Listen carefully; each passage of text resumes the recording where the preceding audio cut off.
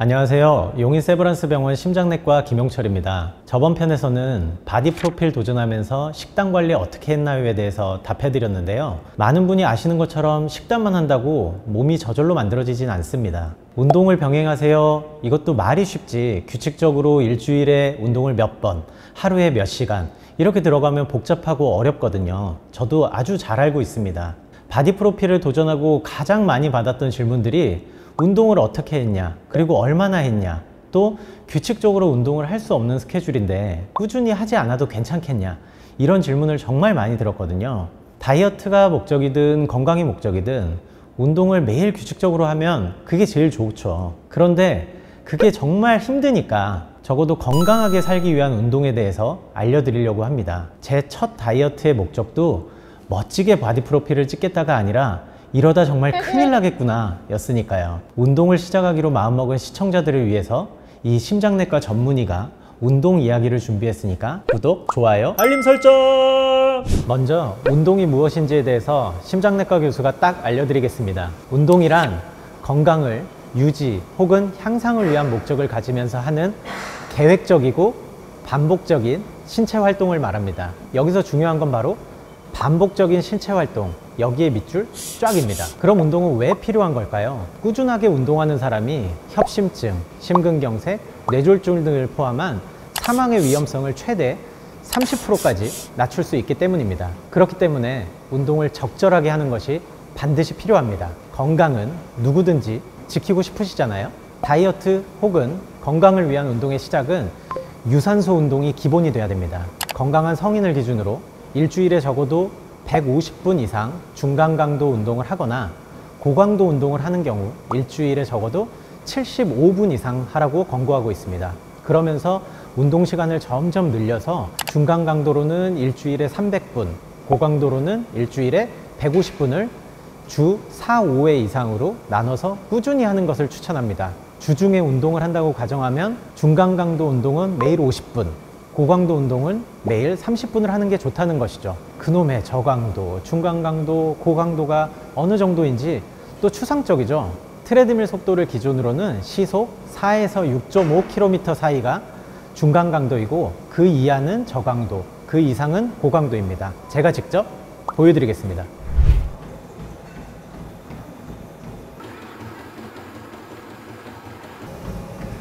숨찬 게 느껴지시나요? 숨이 차지만 이렇게 문장 전체를 다 얘기할 수 있으면 이게 유산소에서 중간 강도로 운동을 하고 계신 겁니다.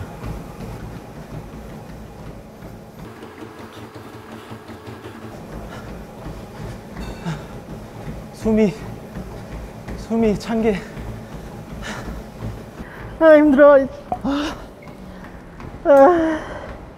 어떠신가요? 강도가 와 닿으시나요? 강도는 사람마다 다르게 느끼는 게 맞습니다. 본인의 몸에 따라서 조금씩 운동량을 늘리면서 강도를 맞춰 나가시면 됩니다. 저는 이렇게 트레드밀에서 운동하는 모습을 보여드렸는데요. 유산소 운동에는 여러 가지가 있죠.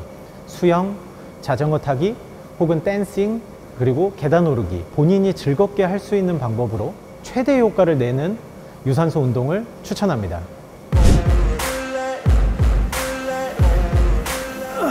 다음은 근력 운동인데요. 근력 운동은 유산소 운동을 기본으로 하고 최소 일주일에 2번 이상 하는 것을 권하고 있습니다. 근력 운동 역시 사망률을 낮추는 효과가 있기 때문에 반드시 필요합니다. 근력 운동이 또 운동을 잘 안 하시는 분들에게는 복잡하고 힘든 운동이기도 하고 처음부터 바로 잘하기 힘든 운동입니다. 오늘은 근력 운동 중에서도 특히 허벅지 운동에 대해서 말씀드리려고 하는데요. 허벅지 굵기가 건강의 척도라는 말 들어보셨나요? 우리 몸의 70%의 근육은 허벅지를 포함한 이 하체에 집중되어 있습니다. 특히 허벅지 근육은 에너지 저장 창고입니다. 즉, 과도하게 음식을 섭취했을 때 남는 에너지가 생기면 이 남는 에너지는 허벅지 근육에 저장이 되게 됩니다. 하지만 허벅지 근육이 발달하지 않은 경우에는 남는 에너지가 중성지방으로 바뀌어서 그대로 복부에 팍팍 쌓이게 됩니다. 그래서 허벅지 둘레가 얇을수록 당뇨 발생률이 높고 중성지방도 높아지고 더 나아가 심장질환뿐만 아니라 사망률도 높다고 알려져 있습니다. 유튜브로 운동을 보여드리는 게 상당히 조심스럽지만 부상 없이 누구나 따라할 수 있는 하체 운동을 알려드리도록 하겠습니다. 먼저 하체 운동에서 가장 쉽지만 또 어렵기도 한 운동이 스쿼트인데요. 운동을 잘 접하지 않으신 분들이 무작정 스쿼트를 하고 나면 무릎이 아프시다는 분들이 있습니다. 그런 분들은 정확한 자세로 이루어지지 않았기 때문에 무릎이 아픈 거거든요. 제가 무릎이 아프지 않고 자세를 잡을 수 있는 스쿼트 동작을 알려드리도록 하겠습니다. 의자가 있거나 아니면 이렇게 봉을 잡고 스쿼트를 하시면 되는데요. 스쿼트에서 중요한 거는 두 가지를 기억하셔야 됩니다. 첫 번째는 상체는 반드시 가슴을 쫙 펴야지 허리가 구부러지지 않고 부상의 위험이 적습니다. 그리고 두 번째, 제일 중요한 거는 무릎으로 앉는 게 아니라 여기를 힙 힌지라고 부르는데요. 이렇게 고관절이 접어지는 부위, 이 고관절이 접어지는 부위가 접어지는 느낌으로 앉으셔야지 부상을 방지할 수 있습니다. 먼저 어깨 넓이로 다리를 일자로 준비하고 팔은 봉이나 의자에 넘어지지 않을 정도로만 힘을 유지한 채로 뒤꿈치에 힘을 주고 힙 힌지를 접으면서 내려갑니다. 그리고 다시 뒤꿈치에 힘을 주면서 힙 힌지를 핀 다음에 뒤꿈치를 들어 올려서 마지막에 종아리까지 짜주는 자세가 1회입니다.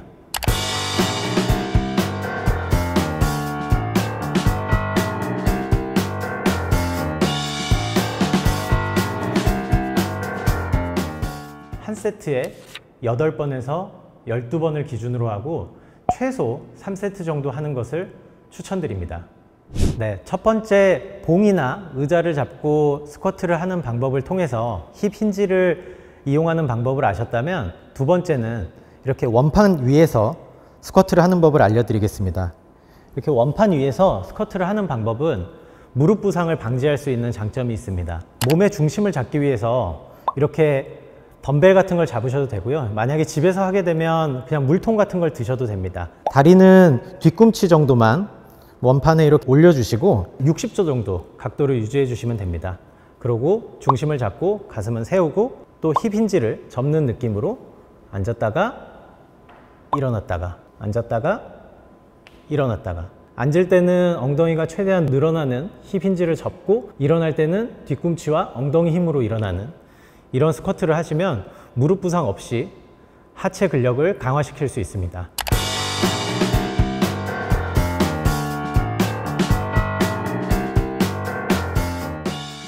이 운동 역시 1세트에 8회, 12회를 기준으로 해서 최소 3세트 정도 하는 것을 추천드립니다.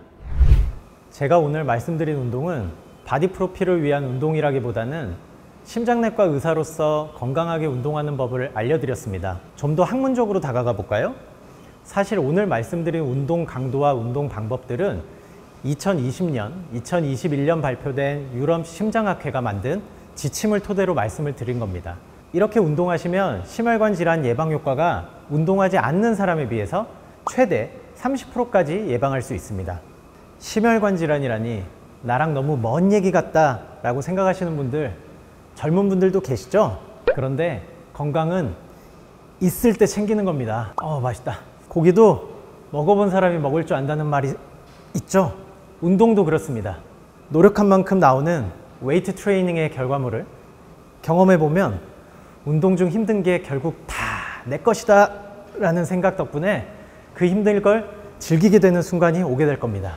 그럼 그때부턴 견디는 게 아니라 즐기게 되는 거죠. 어우야. 혹시 아나요? 건강하려고 시작했던 운동이 보디 프로필이라는 좋은 결과물을 만들어줄 수도 있겠죠. PD님 끝났나요? 멀리 안 나가겠습니다. 수고하셨습니다. This is Sparta!